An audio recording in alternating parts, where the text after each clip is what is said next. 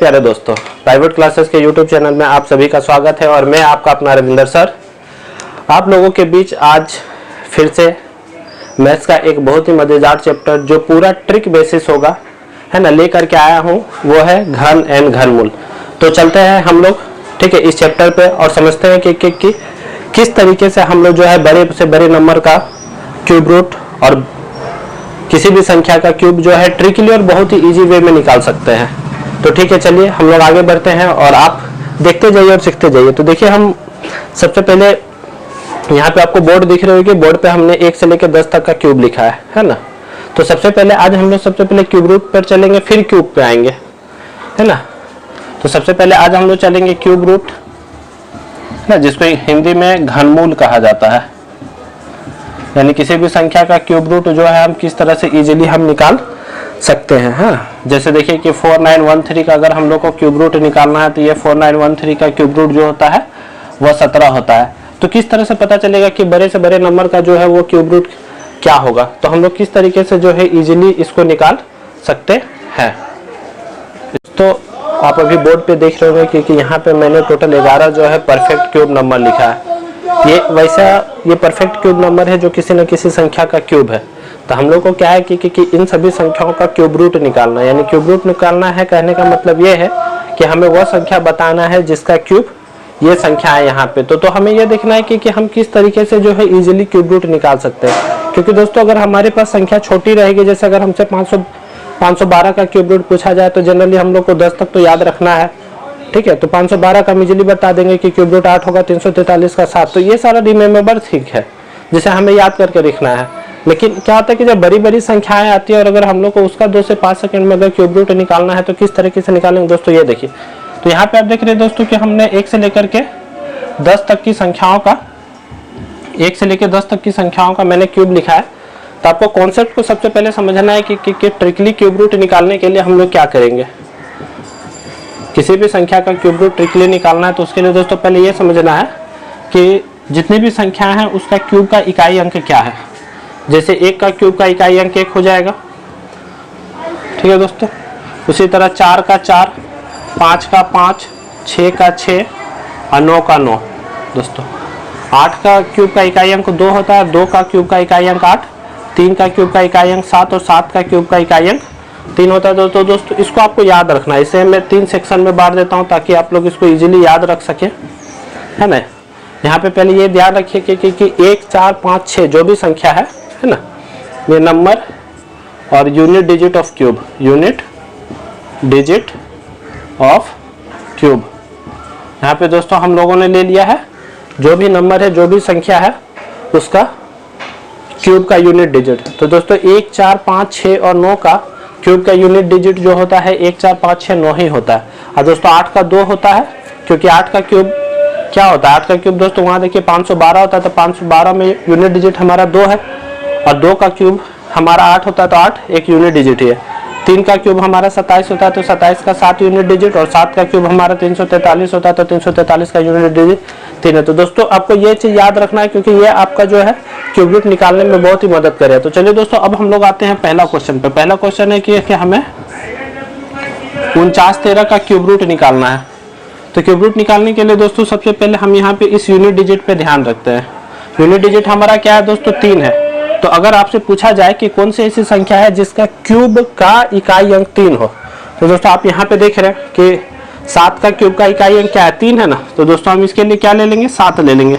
और 7 लेने के बाद दोस्तों पीछे से हम ये 3 डिजिट छोड़ करके ये जो हमारा एक डिजिट 4 बच रहा है, अब हम देखेंगे कि ये जो हमारा 4 है यह किन दो संख्याओं के क्यूब के बीच में आता है। तो दोस्तों आप यहाँ पे देख रहे हैं कि 1 का क्यूब 1, 2 का क्यूब 8, यानी 1 और 8 के बीच में आता है, मतलब 1 का क्यूब और 2 के क्यूब के बीच में आता है, 1 का क्यूब और 2 के क्यूब के बीच। तो दोस्तों जिन दो संख्याओं के बीच क्यूब के बीच में ये हमारा संख्या आएगा, उन दोनों में से हमको छोटी वाली संख्या ले लेना। तो 1 और 2 में दोस्तों छोटी वाली संख्या हमारा 1 हो गया और ये हमारा 7 हो गया। तो दोस्तों 4913 का हमारा जो क्यूब रूट होगा वो हमारा 17 होगा। उसी तरह दोस्तों अगर हम इस वाले संख्या पे चलते हैं, दूसरे वाले क्वेश्चन पे 121, 67, तो दोस्तों यहाँ पर भी वही करना है। सबसे पहले हम इकाई अंक को लेते हैं, हमारा इकाई अंक 7 है। तो अब हमें ये देखना है कि किस संख्या का क्यूब का इकाई अंक 7 होता है। तो यहाँ देख रहे हैं कि दोस्तों 3 है, 3 का क्यूब का इकाई अंक क्या होता है 7 होता है। तो हम यहाँ पे इस तरह से ये 3 ले लेंगे। अब यहाँ पे हम ये 3 डिजिट छोड़ेंगे। अब हमारे पास बच गया ये 12। अब हम लोग को ये देखना है कि ये जो 12 है किन दो संख्याओं के क्यूब के बीच में आता है। तो हम देख रहे हैं कि 8 और 27 के बीच में 12 आता है, मतलब कि 2 का क्यूब और 3 के क्यूब के बीच में आता है। 2 का क्यूब और 3 के क्यूब के बीच में दोस्तों ये संख्या आता है। तो हमें इन दोनों में सबसे छोटी वाली संख्या ले लेना है। यहाँ 2 ले लेंगे और ये हम 3 लेंगे। तो दोस्तों देख रहे हैं कि ये कितना आसान है ना। हम यहाँ पे देख रहे हैं कि 12,167 का हमारा जो क्यूब रूट होगा वह क्या हो जाएगा 23 हो जाएगा। तो चलिए दोस्तों हम अगले वाले क्वेश्चन पे बढ़ते हैं। मैं आपको सिखाने के साथ साथ बहुत सारे क्वेश्चनों पे प्रैक्टिस भी करवाता चला जाऊंगा, ताकि आप लोग के मन में किसी भी तरह का सवाल या कन्फ्यूजन उठे तो वो खत्म हो जाए। तो चलिए देखिए दोस्तों 196 और 83 पे हम लोग चलते हैं। तो यहाँ पर भी हम लोग क्या करेंगे, ये इकाई अंक 3 है, तो किस संख्या का क्यूब का इकाई अंक 3 होगा। तो यहाँ देख रहे दोस्तों कि 7 का क्यूब का इकाई अंक क्या होता है हमारा 3 होता है। तो हम यहाँ 7 ले लिए। पीछे से दोस्तों ये 3 संख्या हम छोड़ेंगे और हमारा यहाँ बच जाता है 19। अब दोस्तों हमें क्या देखना है, देखना है कि ये 19 जो है किन दो संख्याओं के क्यूब के बीच में आता है। तो 8 और 27 के बीच में 19 आता है, मतलब 2 के क्यूब और 3 के क्यूब के बीच में आता है। तो 2 का क्यूब और 3 के क्यूब के बीच में। तो अब हम क्या करेंगे दोस्तों, तो मैंने पहले भी बताया कि इन दोनों में से हमें छोटी वाली संख्या लेना है। तो 2 और 3 में हम छोटी वाली संख्या 2 ले लेंगे और यहाँ हम ले लेंगे 7, तो 27। तो दोस्तों अगर आप अच्छे तरीके से सीख जाते हैं, प्रैक्टिस करते हैं, तो क्या होगा कि आपको बार बार इन चीज़ों को लिखने की जरूरत नहीं पड़ेगा। आप बस क्वेश्चन देखिएगा और क्वेश्चन देखते ही आप बता दीजिएगा कि किस संख्या का क्यूब रूट क्या होगा। चलिए चौथा नंबर क्वेश्चन पे हम वही करते हैं। जैसे ये क्यूब रूट है और हमें यहाँ पे 32,768। अब हमें यहाँ पे देखना है दोस्तों कि यहाँ पे ये हमारा 8 है। तो 8 तो मैंने पहले ही रटवा दिया था कि 8 का 2, 2 का 8 रट लेना है, 3 का 7, 7 का 3। तो यहाँ 8 है तो दोस्तों ये क्या हो जाएगा 2 का क्यूब का यूनिट डिजिट होगा। यहाँ से ये 3 अंक छोड़ेंगे और यहाँ पे दोस्तों हमको यहाँ 32 है। तो 32 किन दो संख्याओं के क्यूब के बीच में आएगा, तो 27 और 64, यानी 3 के क्यूब और 4 के क्यूब के बीच में आएगा दोस्तों। तो हमें इन दोनों में किसको लेना है, छोटी वाली संख्या को लेना है। तो यहाँ से हमारा हो जाएगा ये 3 और ये हमारा 2, तो दोस्तों 32। हमें पेन उठाने की भी जरूरत नहीं होगी दोस्तों, और हम इन सभी संख्याओं का क्यूब रूट जो है इजी वे में निकाल लेंगे। चलिए हम क्वेश्चन नंबर 5 पे चलते हैं, है ना। क्वेश्चन नंबर 5 हमारा क्या है, क्यूबिक रूट 42875। तो हम यहाँ देख रहे हैं दोस्तों कि यहाँ पे 5 है। तो 5 जो होता है वो 5 के क्यूब का ही यूनिट डिजिट होता है। यहाँ से पीछे से 3 संख्या छोड़ेंगे और ये हमारा हो गया 42। तब हम देखेंगे दोस्तों कि हमारा 42 जो है किन दो संख्याओं के बीच में आया। तो 27 और 64 के बीच में 42 आएगा, मतलब कि 3 के क्यूब और 4 के क्यूब के बीच में 42 है। तो हम उन दोनों में किसको लेंगे, छोटे वाले को। तो 3 लेंगे। तो दोस्तों यह हमारा 35 का क्यूब रूट है। तो दोस्तों अभी मैंने कुछ क्वेश्चन का आप लोगों को क्यूब रूट ट्रिकली निकालना सिखाया, और मैंने अभी थोड़ा देर पहले यहाँ पर 11 तक क्वेश्चन लिखा था, ठीक है। तो मैंने जितना बता दिया, बाकी बात का क्वेश्चन जो है आप लोगों के प्रैक्टिस के लिए कि आप लोग उसको प्रैक्टिस करिए। अब हम कुछ और बड़ा संख्या, अभी तो 5 अंक की संख्या आई थी, अब हम लोग यहाँ पे ले लिए 6 अंक की संख्या है ना। तो इन सभी संख्याओं का भी दोस्तों हम लोग क्यूब रूट निकालना सीखेंगे। जैसे अगर हम क्वेश्चन नंबर 12 पे ही चलते हैं दोस्तों, किसका क्यूब रूट किस तरह से निकालेंगे, है ना। तो यहाँ पे देखिए दोस्तों वही काम हमें करना है। जैसे ये 4 है, इकाई अंक हम लोग को लेना है। तो 4 हमको देखना है दोस्तों कि 4 किस संख्या का क्यूब का यूनिट डिजिट होगा। तो 4 किसका होगा, 4 का ही होगा दोस्तों, है ना। तो हम यहाँ पे ये 4 ले लेंगे, पीछे से 3 अंक छोड़ेंगे और बाकी बात का ये जो 3 अंक बच गया है, 3 डिजिट हो गया, जो 262 है। अब हम देखेंगे कि ये 262 किन दो संख्याओं के क्यूब के बीच में आता है। तो दोस्तों आप यहाँ पे देख सकते हैं कि 262 जो है हमारा 216 और 343 के बीच में आता है। तो 216 मतलब 6 का क्यूब, 343 मतलब 7 का क्यूब। तो दोस्तों 6 के क्यूब और 7 के क्यूब के बीच में हमारा 262 आएगा। तो इन दोनों में किसको लेना है दोस्तों, हमेशा छोटी वाली संख्या को। तो किसको लेंगे दोस्तों, 6 को लेंगे। तो यह हमारा हो जाएगा 64, है ना। उसी तरह दोस्तों हम लोग क्वेश्चन नंबर 13 पे चलते हैं। क्वेश्चन नंबर 13 है हमारा क्यूबिक रूट 31442। तो आप यहाँ देखिए दोस्तों कि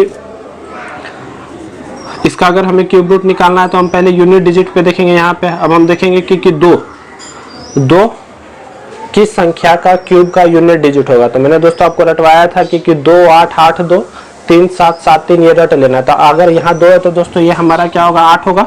यहाँ से 3 डिजिट छोड़ना है। 3 डिजिट छोड़ने के बाद दोस्तों हम ये 3 डिजिट पे विचार करते हैं। तो 314 जो हमारा यहाँ पे है 314, ये किन दो संख्याओं के क्यूब के बीच में आएगा। तो देख रहे हैं दोस्तों कि हमारा 314 जो है 216 343 के बीच में आ रहा है।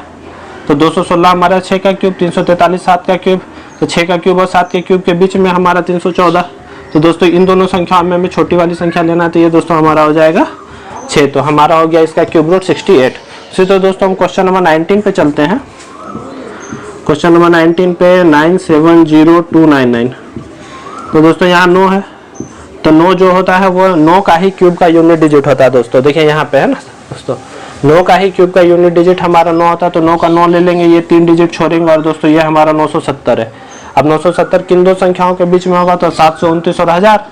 तो 729 1000 मतलब 9 के क्यूब और 10 के क्यूब के बीच में दोस्तों हमारा 970 आया। तो 9 और 10 में हमें छोटा वाला संख्या लेना है, तो दोस्तों ये हमारा हो जाएगा 99। ठीक है। तो दोस्तों बाकी बात का जो क्वेश्चन मैंने सोल्व नहीं किया, मैंने तो आप लोग को सिखाई दिया और उम्मीद करता हूँ कि आप लोग सीख भी गए होंगे, आप लोग को ये वीडियो अच्छा भी लगा होगा, है। तो बाकी बात दोस्तों आप क्वेश्चन प्रैक्टिस करिए, और प्रैक्टिस करने के बाद जो है आप कैलकुलेटर की मदद से चेक करके देखिए कि एक्चुअल में आप सीखे हैं कि नहीं। और दोस्तों अगर ये हमारा वीडियो आपको अच्छा लगा होगा तो आप हमारे चैनल को सब्सक्राइब करिए, इस वीडियो को लाइक करिए, वीडियो को शेयर करिए, और आप चाहते हैं कि मैं अगली वीडियो बहुत ही जल्दी लाऊं तो आप हमारे चैनल को सब्सक्राइब करके आगे बढ़ाइए दोस्तों। जय हिंद, धन्यवाद।